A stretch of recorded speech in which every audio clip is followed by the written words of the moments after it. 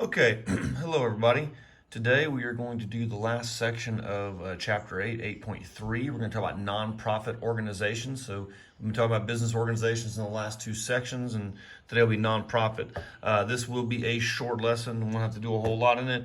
Now, if you are watching this, at the end there is a chart that kind of sums everything up. So I would like you guys, at the end of the video, just kind of pause it at the end, and you can copy that chart down when you're listening to everything else that's kind of going on during the course of the lesson. So again, we're going to be talking about nonprofit organizations. So we'll see what these things are all about. So first, of course, these community organizations are going to be legally incorporated to take advantage of a limited life and limited liabilities. So you look at these organizations like a school, like you see Ronald Reagan High School right there. You see a church. You see a hospital. These organizations have unlimited life. I mean, Ronald Reagan High School will be around for a long time, probably long after most of us are all gone. Ronald Reagan High School will still be a school. Same thing with churches. They'll typically be around for a long time. Hospitals, or certain hospitals, will be around for a long time. They don't just close up those type of organizations. Now, they're similar to profit-seeking businesses, but do not issue stock, pay dividends, or pay income taxes. Okay, so technically people aren't supposed to be profiting from a school. You're not supposed to be selling the Reagan brand and trying to profit from that. You shouldn't be, certain type of hospitals shouldn't be profiting from it. These university hospitals shouldn't be profiting from that. They should be, educational institutions, or, places that, a lot of like younger doctors can work at. And then churches, in theory, should not be money-making institutions. They shouldn't be doing it to try to make a profit. Okay, moving on. Okay. One type is these are going to be like these cooperatives. Okay. Now, this is another type of these nonprofit organizations. Now, these cooperatives are voluntary associations formed to carry on some kind of economic activity that will benefit its members. Cooperatives fall into three major categories: consumer, service, and producer. Now, these co-ops, and they usually call them co-ops, are basically places where people go. Obviously, you're not trying to make a profit, but everybody kind of chips in. Now, an example you can use is a lot of times, and you can think of it this way, some neighborhoods sometimes have what are called co-op gardens or community gardens. So, for example, you might have a neighborhood that has an empty lot in it. Well, they allow them to basically grow a garden, and so everybody comes in, they volunteer their time, they work on the garden. Some people plant, let's say, corn. Some people plant potatoes. Some people plant tomatoes. Fruits, whatever the case may be. Well, everybody plants those things, and then when those and everybody works on those things, and then when those fruits and vegetables ripe and they become ready to be picked, well, people go in and they just take what they need. They don't go in and take all the potatoes and then take them and go try and sell them at some stand. They just take what they need. So that's pretty much what co-ops, the theory of co-ops is that we all in unison work together, and then when it comes down to the fact that we need something, we kind of just take what we need. Okay, so that's kind of a theory when it comes to these kind of co-ops. So let's look at these different types. Now, there's three different major ones, of course. Consumer, service, and producer. So we'll look at that right here. So first is going to be your consumer co-op. Now, this is going to be a volunteer association that buys bulk amounts of goods such as food or clothing that can be sold to members at prices lower than those charged by regular businesses. So a co-op in this situation, like a consumer co-op, could be like a Goodwill or a Salvation Army. Okay, well, they take clothes, let's say, and items that are donated to them. They go through, they wash them, they can make sure they're clean, and they sell them at obviously a lower price. And of course, selling them at that lower price, that money just kind of is supposed to just go back into the organization. Usually those type of organizations, a Goodwill or a Salvation Army, they help people that are down on their luck. They get people that can't find a job, or maybe somebody that, let's say, is homeless, or somebody, let's say, that had just been released from prison. They'll give those people an opportunity to work. Okay, so that would be an example of that consumer co-op, where again, you go in, people donate clothes and items, and then they try and sell those items to benefit the program, not to make money, not to make a profit.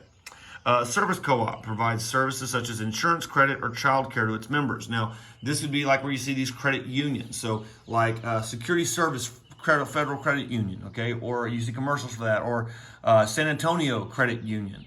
I know there was for a while there was a, like for teachers, there was a teachers credit union that was just for teachers. So of course you go into these organizations, you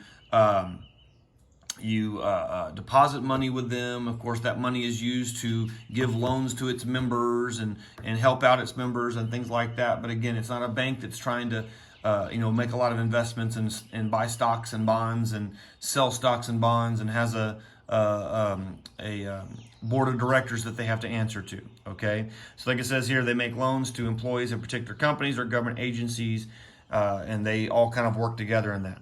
Now the next is producer co-op, mostly made up of producers like farmers, and help members promote or sell their products directly to markets, consumers, or companies that use the members' products. So a lot of times this could be kind of like a farmer's market or a farmer's co-op market, where again these people use these lands, they grow their vegetables, grow their fruit, and they try to sell them. They try to or they may just go and take those items and use for their own personal use rather than having to buy, because they all kind of say that the work that they put in is kind of like the money, I guess you can say, to buy those items. Next. Oh, there we go. Okay, now next, labor unions. Now these are going to be other type of nonprofit organizations. Now these labor unions, of course, they in theory are pretty good things. They're there to kind of help people and help certain type of workers to negotiate. I mean, back at the turn of the century, these labor unions came around to try to negotiate things like more manageable working hours, a higher wage, medical benefits, things like that. But a lot of times these labor organizations get kind of corrupt. Where we say that they're a nonprofit organization in theory. Sometimes they are for profit. Sometimes these labor organizations, they charge huge dues to their members. Sometimes, they kind of strong arm people or, threaten strikes. If you don't give us what we want, our people won't show up to work the next day. Well, if you're a business and none of your workers show up the next day, you're going to be put in a bad spot. So they kind of use that to their advantage. But in this situation, when we say more ideal situation, an organization of workers formed to represent its members' interests in various employment matters. So, of course, they're there to try to represent all the members. And when it says here about collective bargaining, it means, let's say that if you're a labor union for, let's say, plumbers, okay, well, you're not going to go out and find all thousands of plumbers and get every individual plumber to get their voice heard. Basically, these organizations say, hey, we speak on behalf of all the plumbers. And if you don't give us what we want, these plumbers, there'll be some recourse, I guess you can say. So it's a way, again, collective, like we are negotiating collectively on everybody. Okay, is what that is. And again, it says union participates in collective bargaining when it negotiates with management over issues such as pay, working hours, health care coverage, vacations, and other job-related matters. Okay, next. Now next, professional organizations. Now, these are going to be organizations where obviously these professional people have to get their certifications through these organizations. And if they don't maintain certifications through these organizations, or if they do something unethical in that organization, these people can pull their certification. So we see here, people with a specialized occupation, interest in improving the working conditions, skill level, and public perceptions of the profession. So you see two here.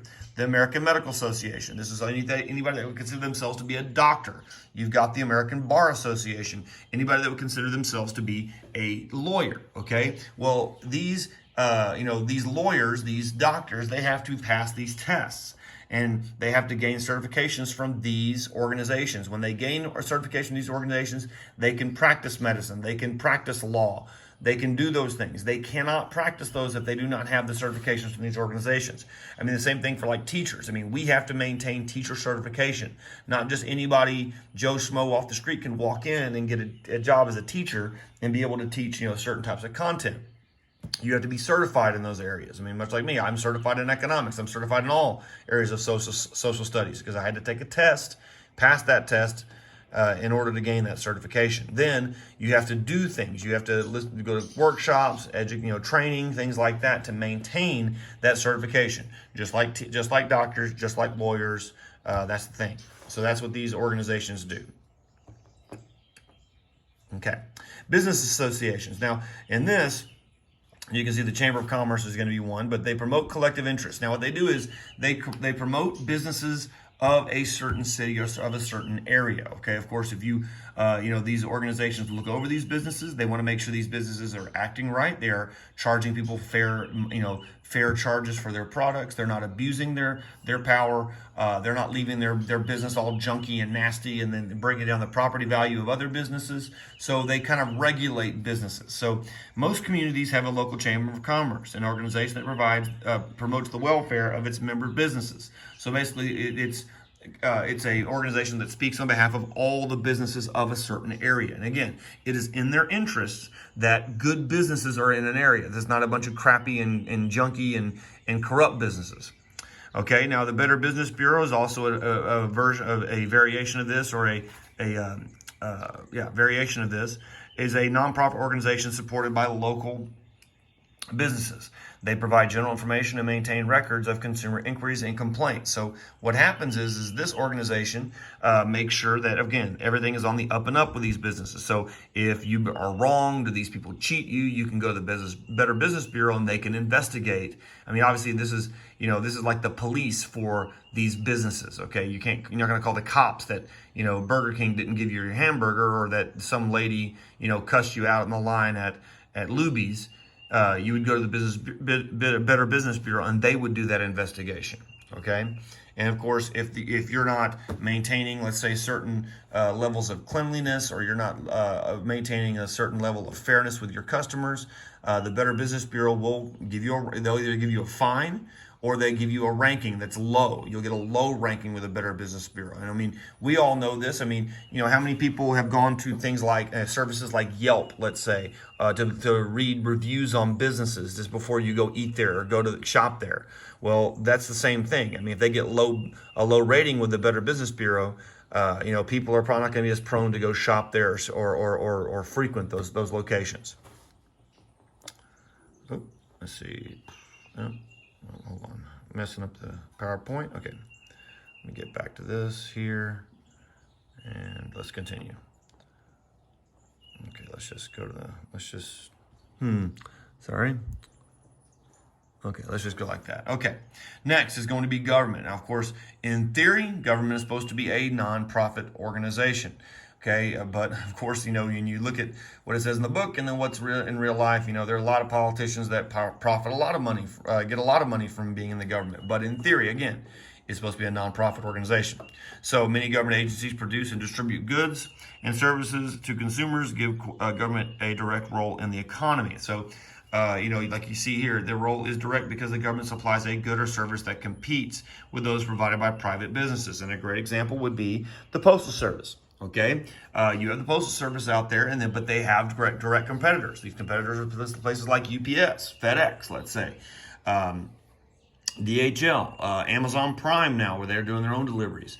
Well, what happens is that these businesses are in it for a profit. Okay, they're gonna improve their product, they're gonna improve their efficiency, they're gonna do everything they can to make this product good. A nonprofit organization is not going to really have a lot of that innovation or really that drive of making a profit. So a lot of times, if people had the option of sending something through UPS or sending something through FedEx, or like I said, getting something through Amazon Prime as opposed to just getting it through the regular mail, they would use those other organizations because, again, they can track their packages. Usually the packages arrive faster. So, that's why they kind of gave the old, the government sponsored mail, though, the moniker of the snail mail, because it takes a long time. It takes a lot longer than, like I said, Amazon, where you could order something today and it would be here this afternoon, it would be here tomorrow, as opposed to if I ordered something through the mail regularly, it might be here in the next 2 to 3 weeks. Okay. Next, and of course the last one, whoops, I keep messing these up. The last one's right there. I do want you to pause that so you can kind of take those, maybe take a picture with your phone, or, write those down.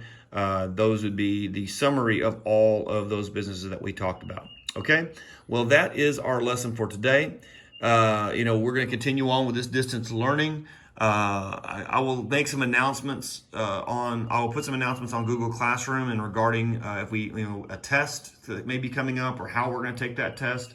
Again, all this stuff is still very new and we're all kind of learning, so just bear with us, okay? All right, guys, and remember the assignments, I'm going to change the due date to Sunday. So you've got your Chapter 8 quiz and your Chapter 8 vocab. they will be due on Sunday rather than Friday. Okay? All right, guys. We'll talk to y'all later. Bye.